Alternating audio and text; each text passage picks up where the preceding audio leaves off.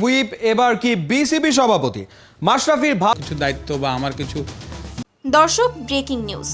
নতুন যুব ক্রীড়ামন্ত্রী আসিফ মাহমুদের এই কেমন চমক, যা দেখে রীতিমতো সবাই অবাক। দর্শক, দারুণ চমক দিয়ে নতুন বিসিবি সভাপতির দায়িত্বটা মাশরাফিকেই দিয়ে দিলেন ক্রীড়ামন্ত্রী আসিফ মাহমুদ। খবরের বিস্তারিত জানুন পুরো প্রতিবেদনে। জাতীয় দলের সাবেক অধিনায়ক মাশরাফি বিন মুর্তজাকে ক্রিকেট বোর্ডের সভাপতি হিসেবে দায়িত্ব দেওয়ার বিষয়ে আসিফ মাহমুদ সাংবাদিকদের বলেন, আমরা তো চাই মাশরাফি ভাই বিসিবি হিসেবে থেকে খুব তাড়াতাড়ি সবকিছু পরিবর্তন করে ফেলবে, কারণ মাশরাফি ভাইয়ের অনেক যোগ্যতা আছে এই বিষয়ে। বর্তমানে যারা ক্রিকেট বোর্ডের দায়িত্বে থেকে কাজ করেছে তারা আসলে ক্রিকেটকে বোঝে কিনা সেটা তারাই জানতো।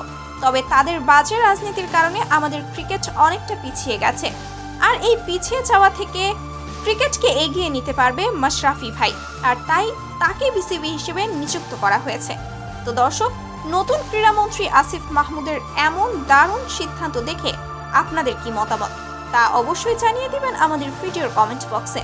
আর হ্যাঁ, আপনি যদি আমাদের চ্যানেলে নতুন দর্শক হয়ে থাকেন তাহলে অবশ্যই চ্যানেলটি সাবস্ক্রাইব করে আমাদের পাশেই থাকবেন। ধন্যবাদ।